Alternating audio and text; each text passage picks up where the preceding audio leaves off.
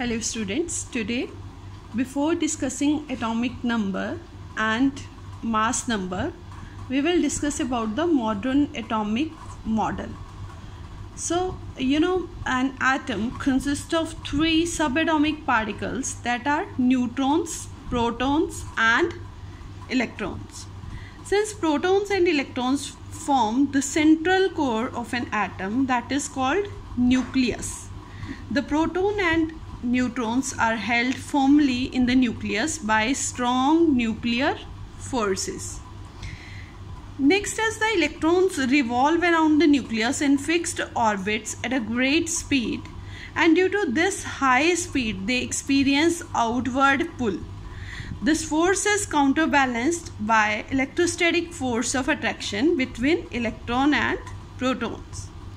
The electrons in the shell close to the nucleus are held strongly by the electric pull of protons because they are very closer to the nucleus, and these electrons are called bound electrons.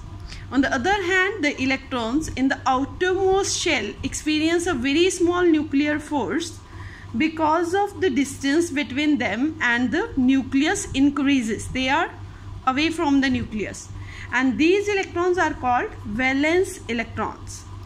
Now, as the atom of any normal element is electrically neutral, so it can be concluded that the total number of protons is equal to the total number of electrons. Now we will discuss about the atomic number. Atomic number is denoted as Z, and it is also equal to number of protons.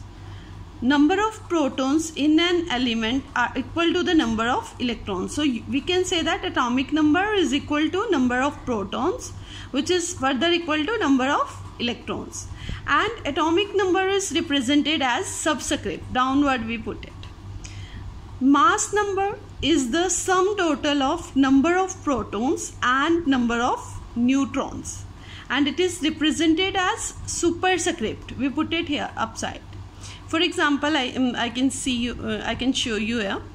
I took hydrogen element here. You can see the atomic number we will write atomic number here as subscript and mass number here as superscript. Fine. See, mass number is the sum of proton and neutron. So one proton is here plus one neutron. So it makes mass number of hydrogen is 2. On the other hand, atomic number, you can say either one proton or one electron. That is equal to one proton or one electron, you can say. Next is the calculation of number of neutrons. How you can calculate the number? If you have to find the number of neutrons, how you will calculate?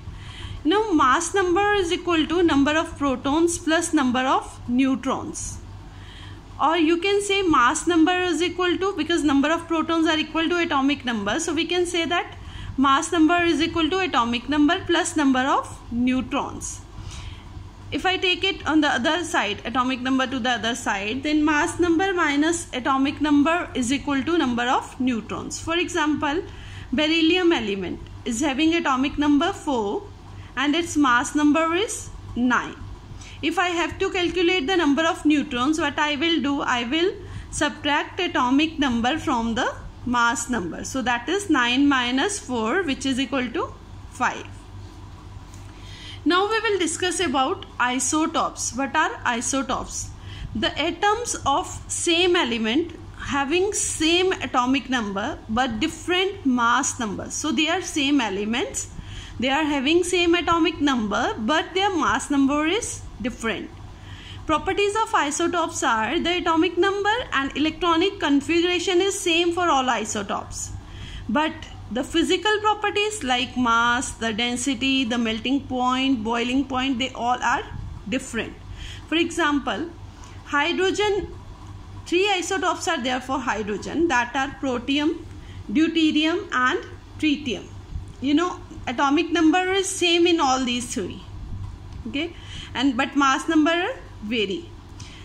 So atomic number of hydrogen is 1, so atomic number of protium is also 1, deuterium is also 1, tritium is also 1, whereas their mass number is, protium is having mass 1, deuterium is having mass 2, and tritium is having mass 3. So number of neutrons depend upon mass number. So here also number of protons and number of electrons are equal to atomic number, but the number of neutrons vary. And how we can calculate it? Mass number minus atomic number. You will get the number of neutrons. Now next is isotopes of chlorine. Chlorine have two isotopes, chlorine 35 and chlorine 37. Again you can see atomic number is same, but mass number is different. And since mass number is different, you can calculate number of neutrons by subtracting atomic number from the mass number. You will get the number of neutrons. Now we will discuss about the electronic configuration in an atom. What is electronic configuration? It is the distribution of electrons revolving around the nucleus of an atom in different orbits, or you can say different energy levels or different shells, is called electronic configuration. For electronic configuration, we follow the Bohr-Waring rule or Bohr-Waring scheme, you can say. Maximum number of electrons that can be accommodated in a shell. These are the shells. These are the energy shells. So it's given by 2n square, where n is the shell number. This is the first shell, this is the second shell, this is the third shell, and the name of these shells are K, L, M, N, like this. Okay. Now for K shell, how many electrons could be there? N is equal to 1. So according to this rule, 2n square, 2 into 1 square, that is 2 into 1, which is equal to how many electrons? 2 electrons. So first shell could accommodate 2 electrons only. Similarly, for the next shell, 2 into, because second number of shell is there, 2 into 2 square, that is 2 into 4. So how many electrons could accommodate it in second shell? 8 electrons. Similarly, for third shell, 18 electrons could be accommodated. And for fourth shell, 2 into 16, that is 32 electrons. But you have to note some important points about electronic configuration, that are: the outermost shell cannot have more than 8 electrons, and the shell next to it cannot have more than 18 electrons. Every new shell is formed as soon as the shell attains 8 electrons. An atom becomes stable when its outermost shell has 8 electrons, or it has one shell containing 2 electrons. The electrons present in the outermost shell is also known as valence shell. We call it as valence shell of an atom, and the number of electrons which are contained in valence shell or outermost shell are called valence electrons. We call them as valence electrons. For example, here I took the example of chlorine element. You know, atomic number of chlorine is 17. Okay, so atomic number of chlorine is 17, means number of electrons in chlorine is equal to, number of electrons are 17 and number of protons are also